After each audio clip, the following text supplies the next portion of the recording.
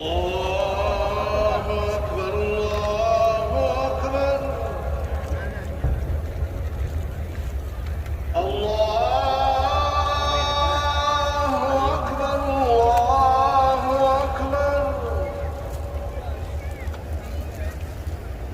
أشهد أن لا إله إلا الله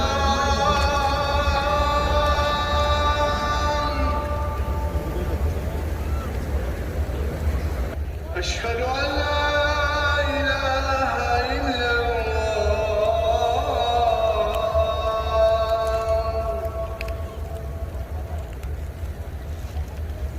أشهد أن محمدا رسول الله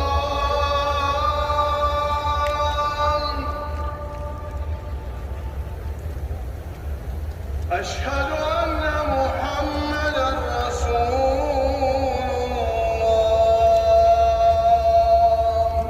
Para jamaah sekalian yang dirahmati oleh Allah Subhanahu wa taala, alhamdulillah kita kembali dipertemukan oleh Allah Subhanahu wa taala dalam satu majelis yang insyaallah diberkahi ini untuk kita sama-sama mengulang materi manasik umroh kita sebelum insyaallah besok hari kita berangkat ya meninggalkan kota suci Madinah ini yang menuju kepada kota suci Mekkah untuk melakukan sebuah tujuan utama kita, yaitu dalam rangka untuk melaksanakan ibadah umroh. Sehingga ada hal-hal terkait dengan ibadah umroh yang memang perlu kita bahas lagi, perlu kita ulang-ulang lagi agar kita bisa lebih maksimal di dalam menjalankan ibadah umroh. Karena hal ini perlu dilakukan karena memang sebagaimana yang pernah kita sampaikan di pertemuan kemarin waktu di Jakarta, bahwa seseorang jika ingin amal ibadahnya diterima oleh Allah adalah harus memenuhi dua unsur, yaitu ikhlas kepada Allah dan juga mengikuti petunjuk Rasulullah Sallallahu Alaihi Wasallam. Dan untuk bisa melakukan itu semuanya, maka tentu kita harus mengulang-ulang pelajarannya tentang bagaimana contoh Rasulullah SAW dalam manasik umroh. Maksudnya ketika kita mau tawaf dalam kondisi suci, sudah berwudu. Tapi di saat mau sa'i, ya kalaupun misalkan Ustaz saya sudah batal tadi selesai sholat di belakang makam Ibrahim, buang angin, ya gimana nih sa'inya? Boleh. Ketika sa'i tidak disyaratkan untuk bersuci.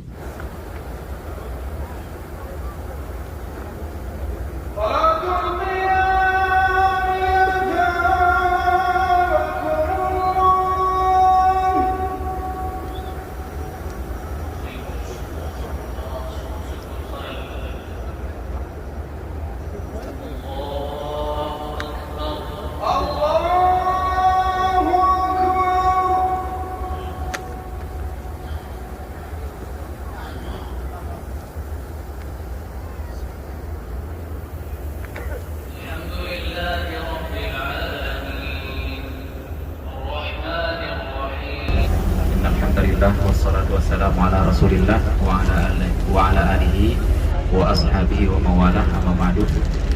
Para jamaah sekalian, tamu-tamu Allah yang dimuliakan, gimana kabarnya semuanya? Sehat semuanya ya? Allah, mudah-mudahan Allah berikan kesembuhan pada yang sedang sakit, kemudian diberikan kekuatan pada kita semuanya untuk bisa memaksimalkan dalam menunaikan rangkaian ibadah, terutama ibadah umroh yang insya Allah akan kita laksanakan ini. Bapak Ibu para jamaah sekalian yang dirahmati oleh Allah Subhanahu wa taala, mengawali perjalanan kita ya sebagaimana yang telah diajarkan oleh Nabi kita yang mulia Muhammad SAW, kita akan membaca doa keluar rumah sekaligus membaca doa safarnya. Bismillahi tawakkalna 'ala Allahi la haula wala quwwata illa billah. Allahu akbar, Allahu akbar, Allahu akbar.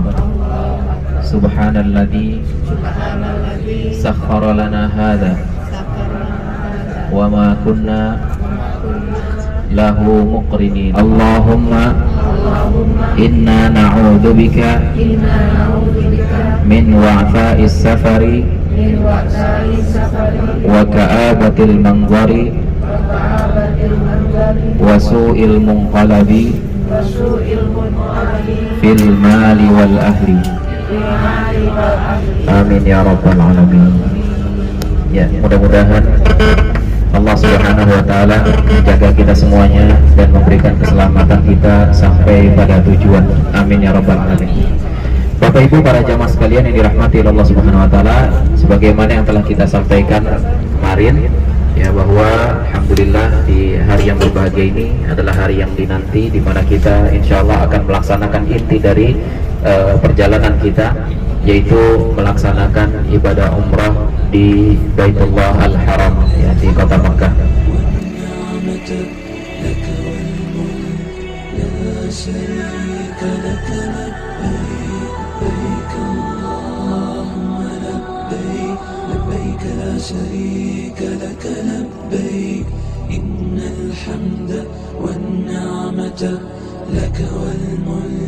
لا شريك لك لبيك لبيك اللهم لبيك لبيك لا شريك لك لبيك إن الحمد والنعمة لك والملك لا شريك لك لبيك لبيك اللهم. Bapak Ibu para jamaah sekalian yang dirahmati Allah Subhanahu wa taala, ini meeting point kita.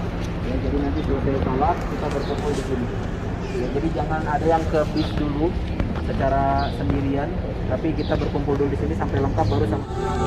يا منان يا ديان يا غفور يا ودود يا رحمن يا رحيم لك الجود يا شريك لك الله لبيك Labbaika Allahumma umratan. Sudah semuanya? Ya, kita baca yang belakangnya. Fa in habasani habisun fa mahalli haitsu habastani. Ya, alhamdulillah alamin. Berarti Bapak Ibu para jamaah sekalian, kita sudah masuk dalam kondisi ihram. Kenapa? Fa in habasani habisun famahalli haitsu habastani. Ya. Ya, sudah cukup. Nah, berarti kita sekarang disebut sebagai seorang yang muhrim. Ya, maksudnya orang yang sedang berihram. Sehingga mulai detik ini larangan-larangan yang sempat kita sebutkan kemarin ada 9 poin itu semua berlaku. Jadi semua larangan diingat dan kita saling mengingatkan ya, kalau misalkan ada salah satu di antara kita yang lupa. Labbaik Allahumma labbaik labbaik la syarika lak labbaik innal hamda wan ni'mata laka wal mulk لا شريك لك لبيك اللهم لبيك لبيك لا شريك لك لبيك إن الحمد والنعمة لك والملك لا شريك لك اللهم لبيك لبيك لا شريك لك لبيك إن الحمد والنعمة لك والملك لا شريك لك لبيك اللهم لبيك لبيك لا شريك لك لبيك إن الحمد والنعمة لك والملك لا شريك لك. Ya Bapak Ibu para jamaah sekalian, alhamdulillah saat ini kita baru saja memasuki batas tanah suci Al-Haram Makkah. Hingga kita disunahkan untuk membaca doa di setiap kita memasuki suatu kota. Maka kita sama-sama baca doa. Allahumma Rabbas samawati sab'i wa ma adlalna ورب الأرضين السبع وما أقللنا لبيك اللهم لبيك لبيك لا شريك لك لبيك إن الحمد والنعمة لك والملك لا شريك لك لبيك اللهم لبيك لبيك لا شريك لك لبيك إن الحمد والنعمة لك والملك لا شريك لك. Ya Bapak Ibu, para jemaah sekalian yang dirahmati oleh Allah Subhanahu wa taala. Alhamdulillah alladzi bi ni'matihi tatimmus shalihat. Sampai saat ini di hadapan kita Masjidil Haram, dan itu bertanda sebentar lagi insyaallah kita akan sampai dan kita akan bersama-sama turun dari bus ini untuk kemudian kita menjalankan rangkaian rukun-rukun umrah yang tersisa, yaitu tawaf, sa'i, dan kemudian diakhiri dengan tahallul.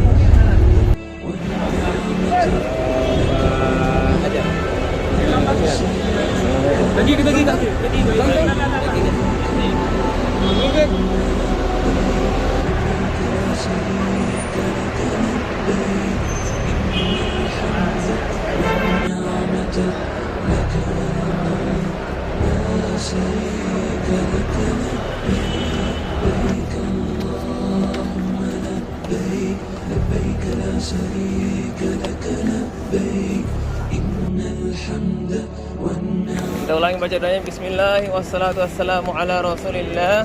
Allahumma aftah li abwaaba rahmatik.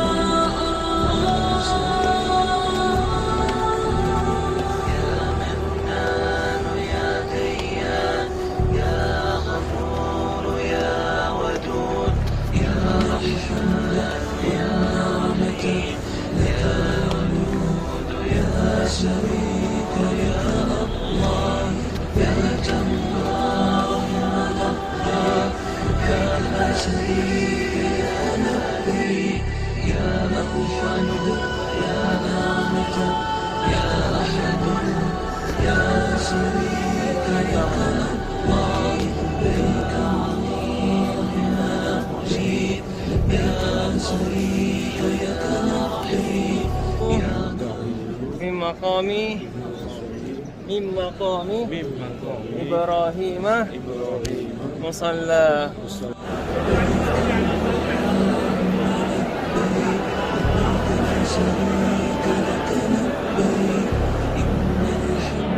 Wal marwata min sya'airillah. Abda'u bima bada Allahu bihi.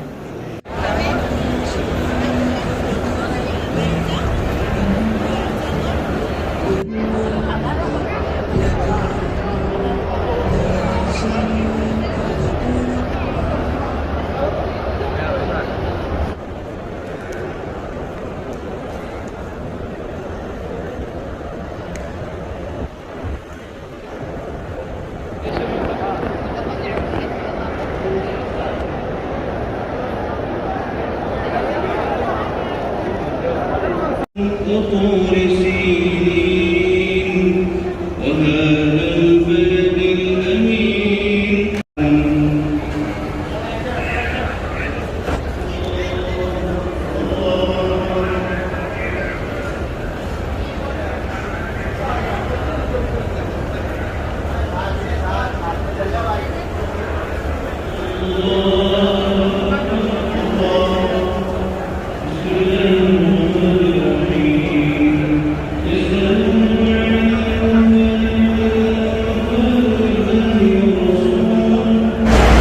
Insyaallah kita akan mendatangi Jabal Sur, terus ke Arafah, Muzdalifah, Mina, dan terakhir melewati Jabal Nur.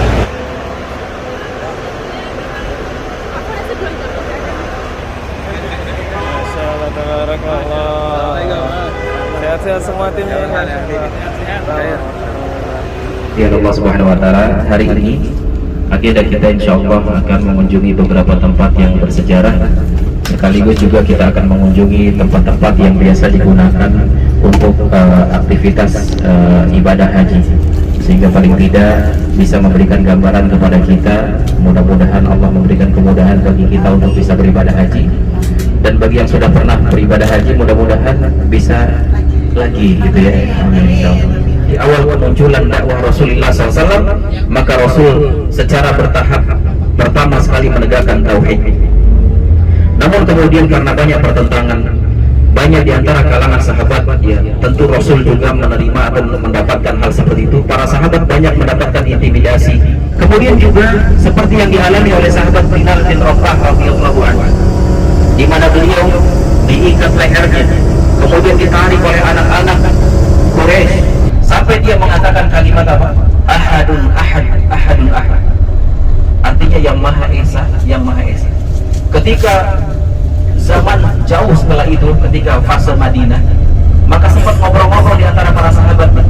Lalu ditanyalah kepada Bilal, Bilal, kenapa waktu kamu disiksa oleh majikan kamu untuk kufur gitu ya, kenapa kamu mengucapkan kalimat ahad? Kenapa enggak mengucapkan kalimat yang lain? Maka Bilal dengan gagah beraninya mengatakan, demi Allah, saya tidak mengetahui ada satu kata yang paling buat orang Quraisy benci, paling buat orang Quraisy marah, kecuali kalimat itu. Karena mereka mempersekutukan Allah. Kemudian turun perintah Allah Subhanahu wa taala untuk berhijrah, yang Rasulullah SAW hijrahnya terakhir. Jadi semua para sahabatnya terlebih dahulu hijrah ke Madinah, maka kemudian baru terakhir ya hijrah Rasulullah SAW setelah mendapatkan perintah dari Allah Subhanahu wa taala. Rasulullah SAW mengatakan, ya sabar wahai Abu Bakar, la'alla suhbah, mudah-mudahan Allah menjadikanmu sebagai rekanku yang menemani untuk hijrah ke Madinah. Maka sampailah kemudian perintah Allah kepada Rasulnya untuk berhijrah, dan kemudian Rasul pun di waktu yang tidak biasa langsung mendatangi rumah Rasul, Abu Bakar radhiyallahu anhu, mengabarkan tentang perintah Allah untuk berhijrah. Dan Abu Bakar segera menyiapkan dua tunggangannya, yang satu untuk Abu Bakar dan yang satu untuk Rasulullah. Rasul sudah merencanakan segala sesuatunya dengan matang, di mana beliau secara diam-diam datang kepada Abu Bakar untuk menyiapkan hewan tunggangannya, pergi ke arah selatan dulu, ngumpet di Gua Hira dengan segala suatu ikhtiar. Tapi kemudian ternyata orang-orang kafir Quraisy yang mencari dan mengejar Rasul sampai pada titik atas itu. Mereka sampai ke atas itu. Sampai Abu Bakar mengatakan, "Lau absara ahadum ila tahti qadamai lawajaduna." Kalau seandainya salah seorang dari mereka, orang-orang kafir Quraisy yang lagi mencari Abu Bakar dan Rasul, melihat ke bawah, pasti mereka melihat kita. Karena posisi Rasul dan Abu Bakar ada di bawah batu itu, di dalam gua. Ya, sampai sebegitunya, nyaris ketahuan. Tapi kemudian ternyata nggak ketahuan karena Allah yang menyempurnakan rencana mereka, Allah yang menjaga mereka. Maka ketika orang-orang kafir sampai ke situ, Abu Bakar merasa sedih, maka Rasul mengatakan dalam rangka menenangkan hati Abu Bakar, la tahzan innallaha ma'ana, jangan kamu bersedih, sesungguhnya Allah bersama kita. Ini kita dekat dengan Masjid Rojihi. Ya, mungkin ibu-ibu pernah dengar ada namanya Bank Rojihi di sini. Ya, satu-satunya bank mungkin yang di dunia ini yang memang tidak menerapkan sistem riba. Ya, dan masya Allah beliau termasuk orang terkaya di sini, ya, dan luar biasa banyak sekali bantuan-bantuan yang beliau berikan kepada kaum muslimin, baik di negeri Saudi maupun di luar Saudi. Dan ini masjid beliau yang dibangun dengan harta sendiri tanpa campur tangan dari orang lain, apalagi ngencreng di pinggir jalan gitu kan. Ya, masya Allah. Di Mina sudah bergerak menuju ke Padang Arafah. Ya, untuk melakukan wukuf di Padang Arafah, yang Rasulullah SAW katakan al-hajju Arafah, yang namanya haji itu ya harus wukuf di Padang Arafah. Sehingga maknanya orang yang berhaji kemudian tidak wukuf di Padang Arafah, hajinya tidak sah. Makanya di Padang Arafah itu ada sebuah rumah sakit yang memang dikhususkan untuk wukufnya orang-orang yang memang sedang dalam keadaan sakit, sedang dalam keadaan koma misalnya, itu memohon ampun sehingga kemudian Allah berikan ampunan. Bahkan Allah membanggakan di hadapan para malaikatnya tentang bagaimana hamba-hambanya yang banyak meminta ampun di hari Arafah tersebut. Ya, biasanya memang sudah ada tenda-tenda khusus dan mereka berdiam diri di dalam tenda tersebut.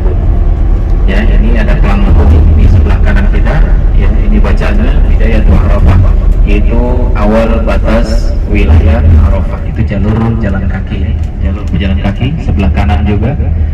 Itu semua. Kemudian para jamaah sekalian yang dirahmati oleh Allah Subhanahu wa taala, setelah tenggelam matahari ya di tanggal 9 Dzulhijjah atau pertanda masuk waktu maghrib, kita disunahkan kemudian atau dianjurkan atau aktivitas berikutnya adalah meninggalkan Arafah untuk menuju Muzdalifah. Lalu bagaimana sholat maghribnya? Sholat maghribnya afdolnya adalah di jamak takhir nanti. Ketika kita sampai di Muzdalifah, maka sampai di sana kita tidak melakukan aktivitas apa-apa dulu kecuali harus sholat dulu. Sholat maghrib dulu 3 rakaat dan sholat isya 2 rakaat. Jadi jamak takhir dilakukan di waktu isya. Nah sebenarnya, namun kemudian karena memang area Mina yang asli sudah full penuh, tidak bisa menampung lagi, sehingga kemudian para ulama memfatwakan untuk dibuat area Mina tapi di area sebelah Mina, tapi bersambung gitu ya. Dan ini dikiaskan sebagaimana halnya orang yang sholat berjamaah. Ketika saf di dalam masjid sudah nggak cukup lagi, tidak menampung, maka bisa dilanjutkan keluar ya, sampai bahkan ke jalan-jalan. Di sebelah kiri itu ada sebelah kiri atas ada tonggak berwarna putih, tugu berwarna putih yang udah agak keruh gitu, kelihatan? Nah, itu ceritanya dulu adalah tempat di mana Nabi Ibrahim akan menyembelih Nabi Ismail. Sebelum sampai titik ini, lanjut Pak. Ketika sebelum sampai titik ini untuk penyembelihan, itu Nabi Ibrahim kan posisinya dari Mekah ya. Nabi Ibrahim kan tinggalnya di Mekah sama Ismail ketika itu. Setelah membangun Ka'bah, maka kemudian turun perintah untuk menyembelihnya. Nah, dari area Ka'bah, kemudian Nabi Ibrahim membawa anaknya Ismail ya untuk kemudian disembelih di tempat titik tadi. Tapi kemudian melewati yang namanya tempat lempar jumroh. Nah, ketika sampai di titik jumroh yang pertama, maka kemudian di sana digoda syaitan. Wahai Ibrahim, ini anak kamu, ngapain mau disembelih? Jadi goda supaya Nabi Ibrahim tidak menjalani perintah Allah Subhanahu wa taala. Sehingga kemudian Nabi Ibrahim berlindung kepada Allah lalu melempar setan-setan tersebut dengan 7 kali lemparan. Kita katakan tadi di tanggal 10 Dzulhijjah setelah jamaah haji balik dari Muzdalifah, maka kemudian mereka lempar jumroh Aqabah. Nah, kita akan melihat di mana sih tempat lempar jumroh itu. Nah, kita lihat. Adapun tempat lempar jumrohnya tuh yang ada atap putihnya tuh. Ya, 1, 2, 3 ke sana. Jadi itu tempat lempar jumroh kita ya. Pada tanggal 10 lempar jumroh Aqabah hanya satu saja yang paling besar. Maka kemudian setelah itu balik lagi ke Mina untuk menginap ya. Di malam 11, 12 ya, itu hukumnya wajib untuk menginap di Mina. Tawaf wada hukumnya wajib. Tapi kalau kita sekarang wajib nggak? Tidak wajib dan juga tidak disyariatkan. Kalau mau tawaf silahkan tawaf sunnah namanya, tapi bukan tawaf wada. Karena istilah tawaf wada hanya berlaku untuk ibadah haji. Nah, ini di sebelah kanan kita lihat Bu, Bapak, itu yang paling ujung bagian bukit yang paling tinggi ya, itu adalah Gua Hira. Tentu bagian yang terbukanya tidak nampak di sini karena bagian pintunya itu menghadap ke Ka'bah. Ya, sehingga kalau kita dalam titik sana kita bisa melihat bagaimana aktivitas yang terjadi di sekitaran Ka'bah. Dan sekarang ketika sudah ada syariat Islam ya, yang mana ketika itu Rasul juga hanya sekali itu aja. Setelah menerima wahyu pertama, Rasul nggak pernah kemudian ke situ lagi. Dan para sahabat juga nggak ada yang kemudian mendatangkan ke situ dalam rangka untuk ngikutin Rasul. Rasul dulu pernah bersemayam di sini, kita juga pengen ke situ. Atau ya napak tilas. Atau Rasul misalkan pengen nostalgia ke situ, nggak ada. Ya. Jadi jangan kemudian hal itu dijadikan sebagai dalil ya untuk dibolehkannya kemudian bertapa dan sebagainya. Apalagi kalau kita lihat aktivitas pertapaan dan yang sejenisnya itu sangat erat kaitannya dengan yang namanya kesyirikan. Kita lihat bagaimana perjuangan Rasul ya di dalam mengentaskan umatnya dari kejahilian menuju kepada alam yang terang benderang, menyelamatkan umatnya dari keburukan kepada kebaikan, dari siksa api neraka kepada kenikmatan surga. Ya, sehingga tentu kita patut bersyukur ya, dengan rasa syukur yang sangat besar dengan hal itu, dan kemudian patut bagi kita untuk lebih bersemangat dalam beribadah. Bila kita telah selesai melakukan ziarah Kota Mekah, alhamdulillah beserta jamaah menegur.